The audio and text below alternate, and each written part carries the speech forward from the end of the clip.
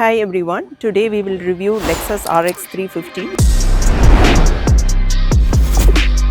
This car is known for safety, comfort, reliability and durability. Everything in this car is tried and tested and made to last for a lifetime.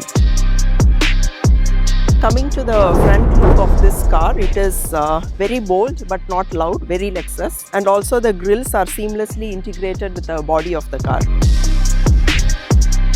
This is one of the best-selling car in its segment in developed nations like USA. The top strengths of this car is reliability and dependability, and that is acknowledged elsewhere in the world. That shows in the sales numbers. One thing I want to appreciate is Toyota's commitment for India. When Honda did not bring their Acura or Hyundai did not bring the Genesis, Toyota has shown commitment for India, and they have brought the best cars to India with Lexus badge.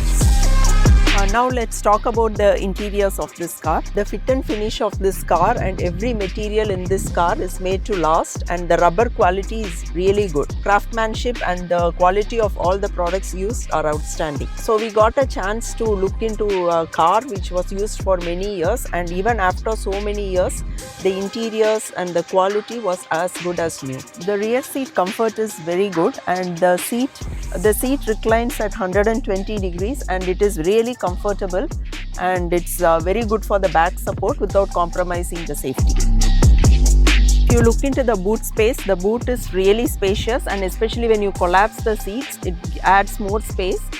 This makes a great car for long family trips. Let's go deep into the review. The first impression as soon as you get into the car is it welcomes you with a luxurious interior, and once I start driving, immediately what I can feel is this car is tuned for comfort. And on the road with undulation, and suspension absorbs all the imperfections on the road. The steering is not very thick and it's perfectly sized and it's nice to hold.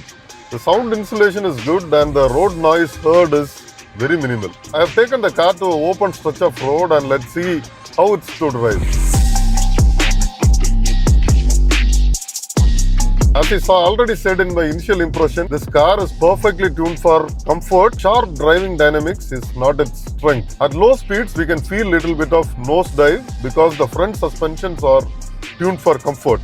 It's softly sprung. Now I am picking up speed, and at high speeds, hardly the nosedive is felt. At high speeds, it's really nice to drive. If anyone is personally driving a RX, I would better ask them to drive it at little higher speeds than driving it very slow. But if you are going to be chauffeured around, it's an amazing place to sit in the rear seat. But if you are an enthusiast and you're buying a car in the segment for your personal use and you love to drive, then you must look at Lexus RX500, which is an entirely different car, which doesn't have body roll, which doesn't nosedive, and it accelerates really fast, and you won't even feel like it's an eCVT. It's an entirely different car. Now we got an open stretch of road and I am trying to accelerate. The acceleration is quite fast. One thing which is different from the regular car is, in a German car, when you push it hard, you feel the downshift of gear and it pulls you fast. Here what you feel is, it's like a slip of clutch, and that's how the eCVT is sounding. But the acceleration is really fast, and at higher speeds, the all-wheel drive is working really hard in corners, and the grip levels are really good. Power delivery is instantaneous because this being a hybrid car, instant power comes from the battery pack. The handshake between the electric motor and internal combustion engine is seamless. Acceleration is a bit different from regular cars because it's a CVT, but one thing, we don't have problem of a solenoid, we don't have the problem of a clutch, and it's quite reliable. And even a small Google search about this eCVT, you can find that it's quite reliable a unit. Adding to all this, Lexus is the only brand which offers 8 years of warranty and peace of mind, which includes almost everything apart from the regular consumables and the wear and tear parts which we change in periodic services like the brake pads and the filters. And how is the steering feel of this car? There is adequate weight. It's not too light, it's not too heavy. It's good enough for a confident drive. There are paddle shifters in this car. Let's see what actually it's doing. I'm going to downshift. Shifting to a lower gear ratio, and it's really pulling hard. Yeah, you can use it for engine braking as well. And when you touch the steering mounted control, we see all the information on the heads-up display, and there is very little driver distraction. And let's ask Frida how is it to ride in the co-passenger seat. It's really comfortable.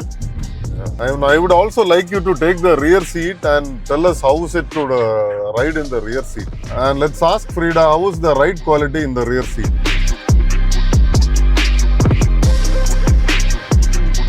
So more than the front seat, the rear seat comfort is really good and we hardly hear any engine noise from the rear seat.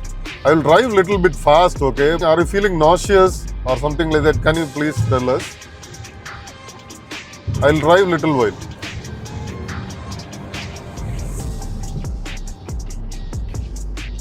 No, not at all. It feels very comfortable. Yeah. And one other thing I want to tell is the AC is super chiller. We had parked the car in hot sun and once we started the car, the cabin got cold in no time.